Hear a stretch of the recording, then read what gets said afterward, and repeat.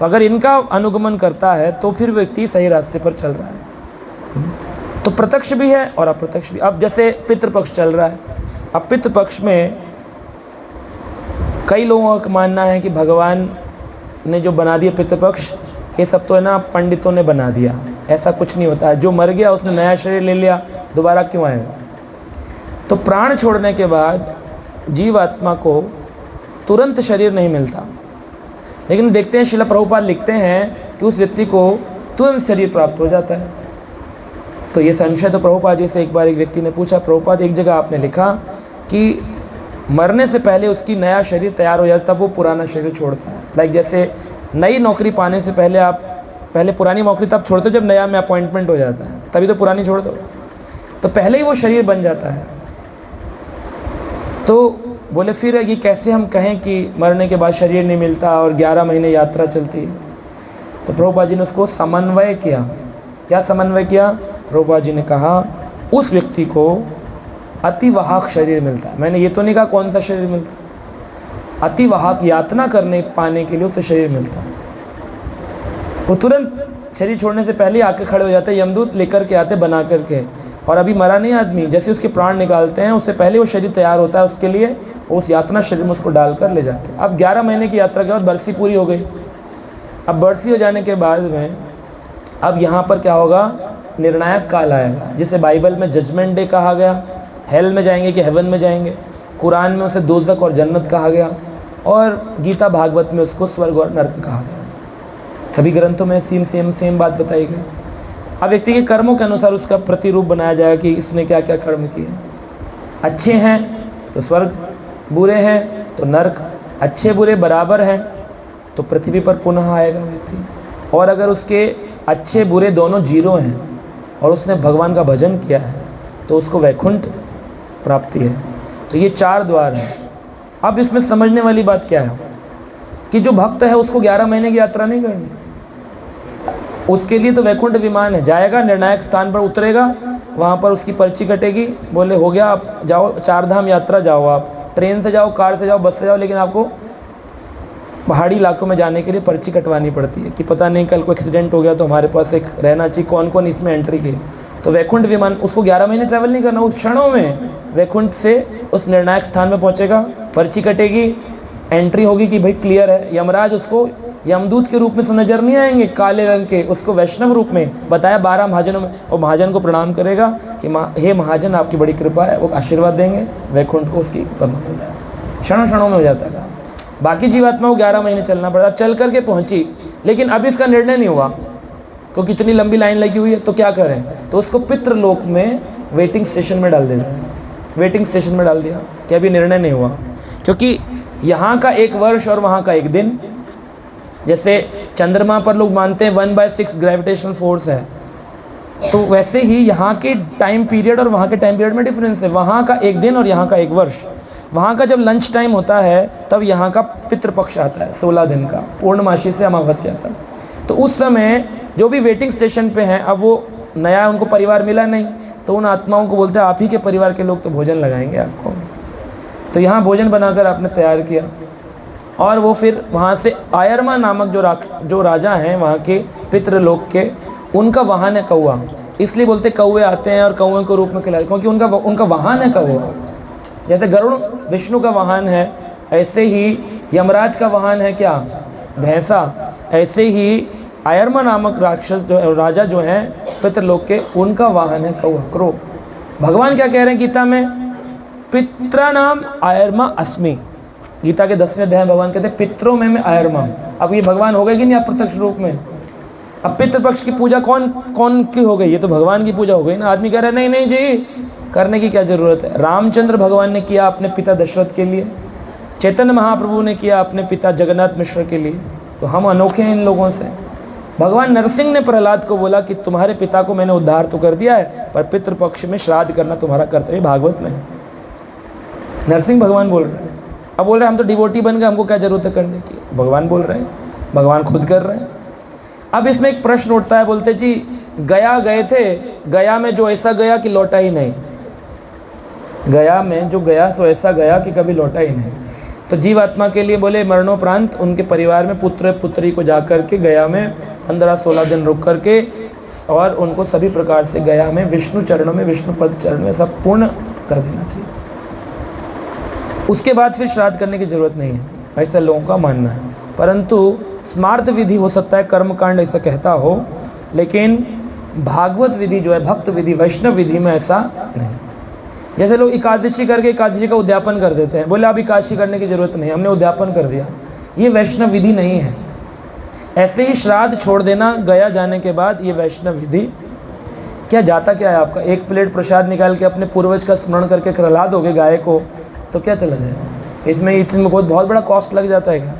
लेकिन लोग इतना भी करना नहीं चाह रहे, इतना भी नहीं करना चाह रहे। इससे क्या लगता है? पितृदोष लगता है। कुछ खास थोड़ी उसमें पैसा खर्च करना है। जो रोटी भोजन आप बनाते हो उसको करो, उस दिन अपने घर में गीता का पाठ करो, उस दिन कीर्तन करो और भगवान के मंदिर में जाकर कुछ दान दक्षिणा कर दो, हो गया खत्म। उसमें पता नहीं लोग लिखेंगे, जब ऐसे वीडियोस जाते हैं ना ऑनलाइन, नीचे लिखेंगे यही पंडित पैसे चाहता है, यही है पैसे कमाने की इच्छा से। तो तुम लेक्चर क्यों सुन रहे हो? तुमको अगर ये गलत ही लग रहा है तो सुना कितनी देर बाद आया ये पॉइंट, अब पूरा सुनेंगे और फिर आकर कमेंट करेंगे, क्योंकि तुम्हारा इंटरेस्ट तो है। लेकिन तुम्हारे इंटरेस्ट को धक्का लगता है कि अरे ये सब हमसे करवा रहे हैं, हम तो कर रहे नहीं, हम तो गया में कर दिया, फिर क्यों करें? करना चाहिए। जीवन काल में जब तक जीवित है उस व्यक्ति का श्राद्ध करना चाहिए, चाहे गया में किया हो या न किया हो। गया में करना चाहिए, अच्छी बात है, परंतु उसके बाद भी इसको करना चाहिए। बोले अगर हमने वहाँ कर दिया विष्णु चरणों में, उसके बाद वैकुंठ प्राप्ति हो जाती है आत्मा को, तो ऐसे वैकुंठ नहीं होता है। पिंडदान से अगर वैकुंठ होता तो हर शराबी कबाबी व्यक्ति वैकुंठ में विराजमान होता। सारे पुत्र कर सकते थे अगर ये फैसिलिटी थी, तो कि विष्णु चरण में जाके पिंडदान कर दो, आपके पूर्वज वैकुंठ चले जाएंगे। ऐसे कैसे चले जाएंगे? तो 4 डायरेक्शन है, अधो गच्छति, मध्यम गच्छति, ऊर्ध्व गच्छन्ति, वैकुंठ गच्छन्ति। ये 4 द्वार हैं। या तो नीचे के लोक में जाएगा, अधो गच्छन्ति, पशु बनेगा। अब आपने यहाँ भोजन लगाया और वो पशु बन गया, तो उसका पोषण उसको उस पशु के आहार रूप में प्राप्त होगा। चिड़िया होगी तो दाने के रूप में, सिंह होगा तो मांस के रूप में, अगर वो बकरी होगी तो पत्ते के रूप में, घोड़ा होगा तो घास के रूप में, जैसा भी जिसका आहार है। आपका अगर पूर्वज पशु योनि में गया होगा, अधो गच्छन्ति। अगर वो मध्य गच्छन्ति हुआ है, उसको मनुष्य शरीर मिला है, तो मनुष्य के आहार के रूप में उसको प्राप्त होगा। अगर ऊर्ध्व गच्छन्ति, अगर वो स्वर्ग लोक को गया है, तो आप ही का दिया हुआ भोजन उनको अमृत रूप में प्राप्त होगा। लेकिन अगर वो विष्णु लोक को चला गया, भजन करता था, बोले वो तो इतना भजन करते थे वैकुंठ चलेगा, उनका भी करना पड़ेगा क्या? उनका भी करना चाहिए। चाहे कितने बड़े महाराज, कितने बड़े भक्त थे, बहुत भजन करते थे, लेकिन क्यों करना चाहिए? बोले अगर आप उनके लिए करते हैं तो आप ही का भोजन डायरेक्ट वैकुंठ में प्रसाद रूप में उस भक्त को, उस जीवात्मा को वैकुंठ में प्राप्त होता है। तो आपका कुछ भी किया हुआ वेस्ट नहीं जाता। इसमें कैसे समझें? बोले जैसे एटीएम में इंडिया से आपने रुपए डाले और आपको पैसे निकालने अमेरिका में, तो डॉलर में चेंज हो जाएंगे। वही पैसे आप यूरोप से निकालेंगे तो यूरो में चेंज हो जाएंगे। वही पैसे आप जापान से निकालते तो येन में चेंज हो जाएंगे। पैसा तो रुपया के रूप में डाला और अलग अलग फॉर्म्स में आ रहा है, डिजिटल करेंसी के रूप में भी आ सकता है। तो वैसे ही आपका दिया हुआ भोजन भगवान की साइंस के अकॉर्डिंग, भगवान के विज्ञान के अनुसार अलग अलग योनियों में आपके पितरों को प्राप्त होता है। तो इसलिए बोल देना कि ये सब होता नहीं है, हमने तो सुना नहीं है, आपने नहीं सुना इसका मतलब ऐसा नहीं होता नहीं। आपने तो बरमूडा ट्रायंगल के बारे में भी नहीं सुना, आपने तो कभी साउथ अफ्रीका के छोटे छोटे गांव भी नहीं देखे, तो क्या होता नहीं है? आपने तो कभी एलिगेटर के मुंह में पैर नहीं दिया, तो क्या एलिगेटर के मुंह में कभी किसी का पैर नहीं आया? ऐसा नहीं, जो चीज़ हुई नहीं है वो होती ही नहीं है। अपनी अज्ञानता को ये बोल देना कि यही सुस्पष्ट ज्ञान है, यही अज्ञानता है। तो हमें किसको मानना चाहिए? तो कुछ लोग कह देते हैं अरे हजारों मुंह हजारों बातें, है ना, हजारों मुंह हजारों बातें, नए नए लोग आ जाते हैं, नई नई भाषा बोलते हैं। अरे नया इंसान नई भाषा बोल सकता है, लेकिन नया ग्रंथ तो नहीं है ना। ग्रंथ तो 5000 से चला आ रहा है, 5000 वर्षों से वही ग्रंथ, भगवत गीता, भागवत, पुराण, वही तो चल रहा है। तो आप वो पढ़ लो ना और उससे समझ लो। ज़रूरत क्या है आपको किसी से बोलने की? 100 मुँह 100 बातें, 1000 मुँह 1000 बातें। Just follow. तो यहाँ पर बता रहे हैं कि समस्त क्षेत्रों के विषय में यथा सामाजिक, राजनीतिक, आर्थिक, सांस्कृतिक, धार्मिक आचार संबंधी विषय तथा उनकी विविध शाखाओं के विषय में जिज्ञासा जो करता है, जो चेतना में उन्नत होती है। जिसकी चेतना उन्नत नहीं है वो फिर प्रश्न ही नहीं पूछ पाता, वो एकदम मम डल रहता है, बोले हमारे तो कोई प्रश्न ही नहीं है। उसकी प्रॉब्लम नहीं है, लिख रहे हैं जिसकी चेतना में जो उन्नत नहीं है उसको प्रश्न ही नहीं है। जैसे चल रहा है धक्का पेल जीवन, रोटी खा ली, सो गए, सुबह उठ गए, फिर बच्चे स्कूल भेज दिए, पति ऑफिस चले गए या खुद ऑफिस चले गए, कंप्यूटर पे थोड़ा काम कर लिया, फिर आके सो गए, फिर उठ गए। चेतना उन्नति नहीं है उसकी। कॉन्शियसनेस 5 प्रकार की चेतना है, जो डार्विन ने कहा इवोल्यूशन ऑफ कॉन्शियसनेस। चेतना का इवोल्यूशन है, शरीर का इवोल्यूशन नहीं है, लेकिन चेतना का है। चेतना का इवोल्यूशन कैसा है? सबसे पहले है कौन सी चेतना? आच्छादित चेतना।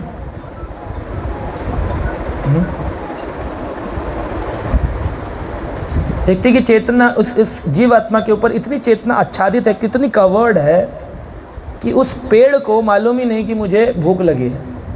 खड़ा खड़ा सूख जाएगा, मर जाएगा, लेकिन ये नहीं बोलेगा अरे दिवाकर प्रभु थोड़ा 1 लोटा पानी तो डालो, मैं तब से भूखा खड़ा हूँ, तुम तो घूमने निकल गए अपने रामेश्वरम 10 दिन के लिए, हम सूख गए यहाँ पर। वो बोलेगा पेड़ फ़ोन करके, मैसेज करके। आच्छादित है, कवर्ड है उसका। फिर है कौन सी? मुकुलित चेतना। मुकुलित चेतना है पशुओं की चेतना। पशु की चेतना में क्या? पशु इतना तो जानता है कि क्या खाना है क्या पीना है, लेकिन ज़्यादा बोल नहीं पाता। आप उसे पत्थर मारेंगे चुपचाप चला जाएगा, भूखता रहेगा, आप गेट बंद कर दो, क्या बोले? कंप्लेंट करेगा पुलिस में, मेरे मालिक ने खाना देना बंद कर दिया है, मुझे नीचे बांध दिया, 1st फ्लोर पे, ऊपर रहते हैं 3rd फ्लोर पे, बोलेगा। मुकुलित चेतना में। फिर संकुचित चेतना है। संकुचित चेतना है या संकुचित मुकुलित और आच्छादित है, ऐसे है ना। संकुचित सबसे पहली है, नहीं, सबसे पहली कौन सी? पेड़ की कौन सी है? संकुचित है कि आच्छादित है? संकुचित, अर्ध विकसित, पूर्ण विकसित। तो इस प्रकार से मनुष्य की चेतना कैसी है? कई मनुष्य हैं, उनको प्रश्न ही नहीं है समाज में क्या चल रहा है, राजनीति में क्या, आर्थिक विकास कैसे होगा, सांस्कृतिक विकास कैसे होगा, धार्मिक विकास कैसे होगा। बोले हमको क्या करना धर्म से, हमारा बेटा इंजीनियर बन जाए, वो पैसे कमाए, अमेरिका जाके हमको भेजे, हम यहाँ किटी पार्टी करें, मस्त रहे, हमको क्या मतलब धर्म से लेना? काहे को हम धर्म के अपना टाइम लगाएं अपना? विष्णु पुराण में लिखा है, आहार निद्रा भय मैथुनम च सामान एतत् पशुभी नराणाम धर्मे ही हीना। धर्म के हीन अगर कोई व्यक्ति है, आहार निद्रा भय मैथुन में लगा है, तो पशु के समान नर है। पशु समान लगता तो इंसान है, लेकिन है पशु। 2 पैरों पे चलने वाला पशु है, द्विपद पशु। खाता है, 5 स्टार में खाए या 7 स्टार में खाए, तो पशु भी खा रहा है, चिड़ियाघर में खा रहा है, रोड पे खा रहा है। आहार निद्रा, सोता इंसान भी और पशु भी। पशु भी बढ़िया सोता है, नींद स्लीपलेस की पिल इंसान को खानी पड़ती, पशु तो खाता नहीं कभी स्लीपलेस, कि मुझे इंसोम्निया का डिसीज़ हो गया, खाने को दवाई नहीं मिल रही है, नींद नहीं आ रही है, मुझे नींद ना आए, मुझे चैन ना आए, जाए कोई ढूंढ के लाए। कभी गया? पशु नहीं गाता, उसको सब कुछ मिल रहा है। आहार निद्रा भय, भयभीत हम ज़्यादा हैं, है कि नहीं? हम अप्रोच लगाते रहते हैं, अरे तुम्हारी कोई अप्रोच है यार, मेरा ये काम करवा दो, अप्रोच। पशु को तो अप्रोच की जरूरत नहीं, वो अपना खुद ही उसे पत्थर